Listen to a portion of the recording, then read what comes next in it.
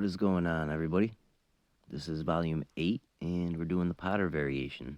I used to play the Potter Variation a whole lot, until I started, this new kick on the Scotch Gambit and a bunch of the other variations close to that. E4, E5, knight F3, knight C6, D4, E takes D4, knight takes D4, and the bishop comes out to C5, just like the classical variation. But in the Potter variation, the knight jumps back to B3, attacking the black bishop. Black has three options to move the bishop. If they go to B4 with check, this is called the Malaniuk Variation, which we will get a whole new video for that move all by itself. I'll tell you real quick how to get rid of it. You push C3, and the bishop's got to go out. And there's only one logical move. It's got to retreat all the way back to E7. The second move is E7 without the Malaniuk Variation. And then the main line is bringing the bishop to B6, which we will cover extensively. But I have some bad news. This position, there's 1,600 games in the database by titled players. 85% of them go here. Almost 15% of them go here. And only 1% go here. There's only 28 games where the bishop retreats to E7. Knowing there's only 28 masters that have got to this point and beyond, there is no main line. I'm just going to give you what the analysis says and what the hive mind of the chess community collectively kind of leans towards. Take my word for it. I don't have time to switch between the tabs. The last thing I would do was destroy the integrity of my mega tutorial by, cutting corners. According to all resources available, White's best next two moves are going to be knight to C3 and G3. Out of the 21 masters that played knight to C3 first, all 21 of their opponents replied with knight F6. It is also possible to play those moves in reverse order: G3, knight F6, and knight C3.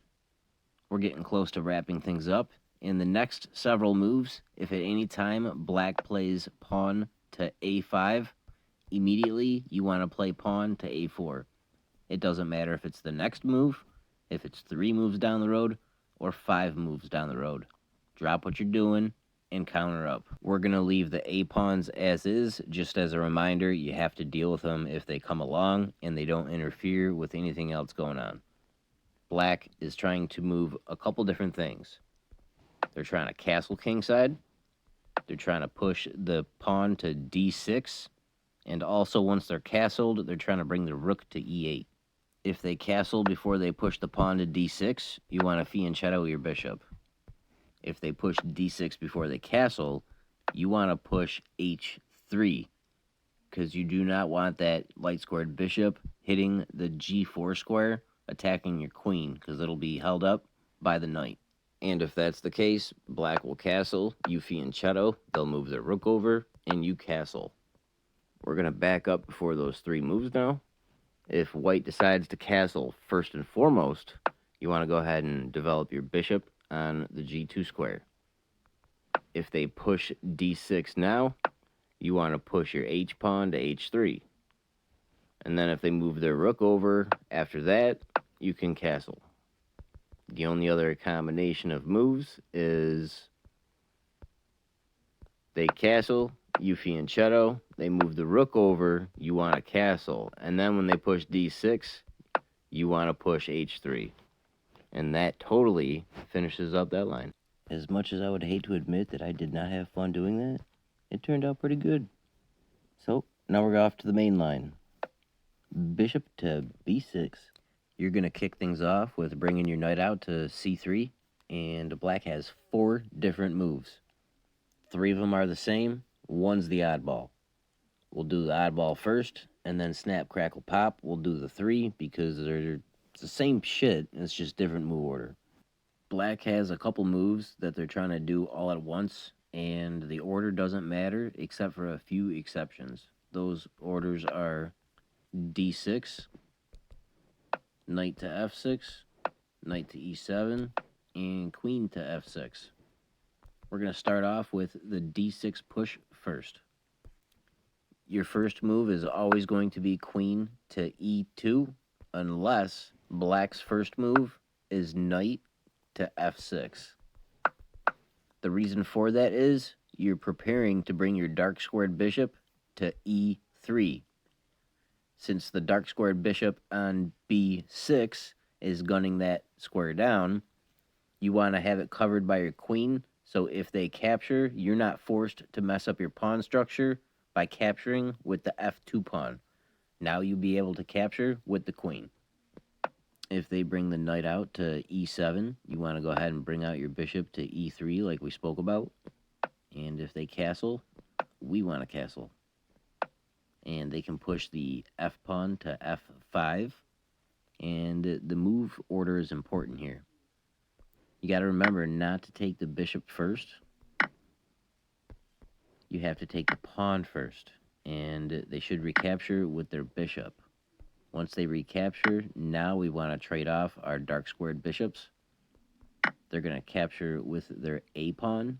And just to make sure that our back door to our king is nice and solidified, we're going to push the a pawn to a3.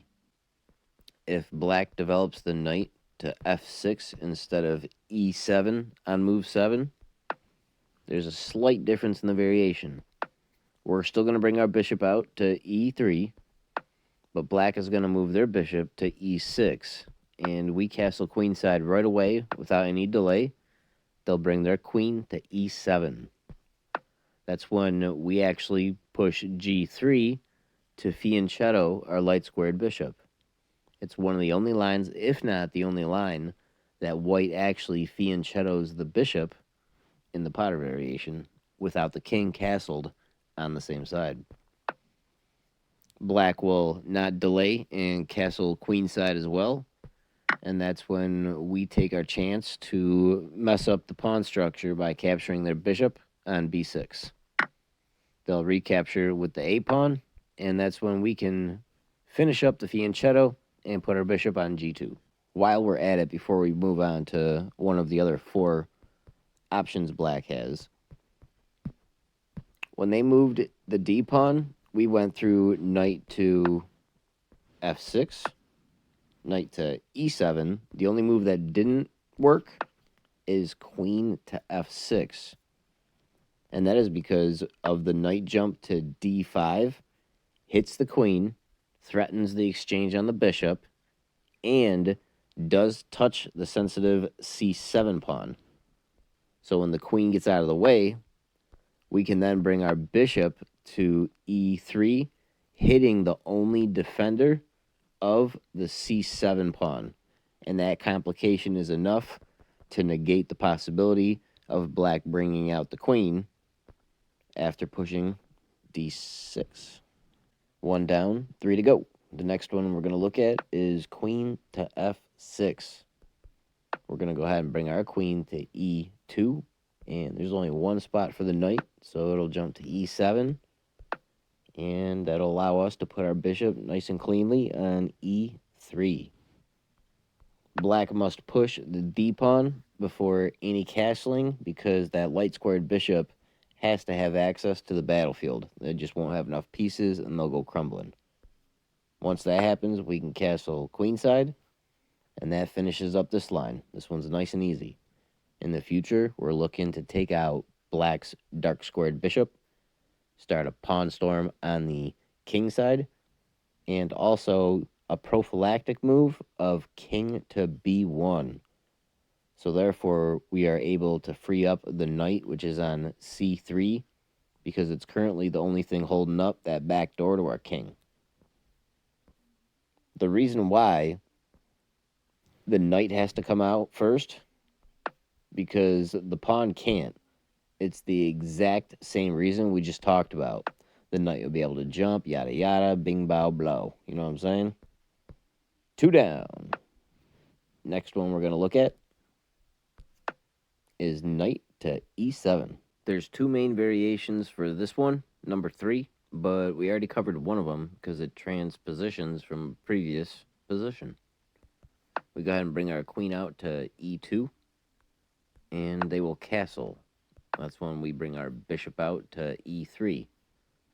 Now their two moves are right here.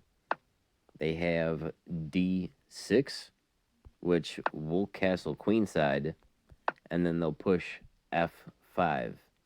We already covered that line where we exchange first and foremost the pawns before we take out the bishop, if you recall.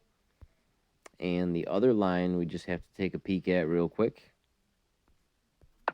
is if black pushes f5 right away.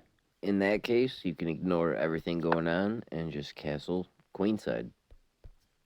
The f pawn will capture your e pawn on e4, and that's when you go ahead and take out their dark squared bishop on b6. They'll capture with the a pawn, and that's when you can go ahead and scoop up the loose pawn on e4. Home stretch. We're wrapping it up, and we just gotta touch the last one, the fourth variation of 4. And that is right away. The knight comes to f6.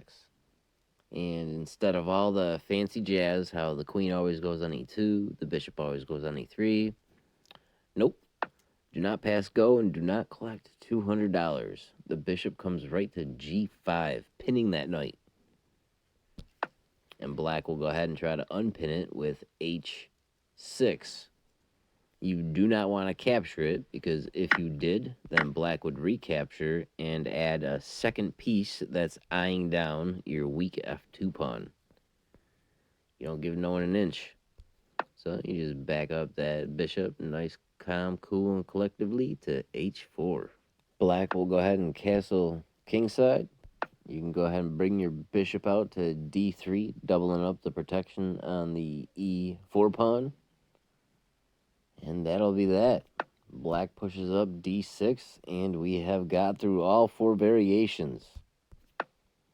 Castle kingside, have a barbecue, go on vacation, do what you gotta do, you know what I mean? And that wraps up this tutorial on the Potter variation.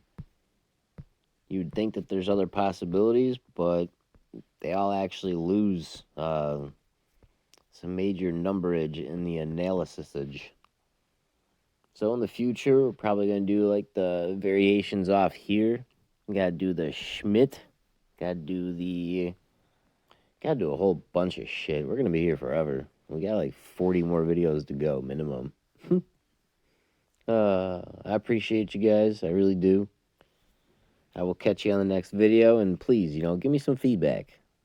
Comment in this bitch.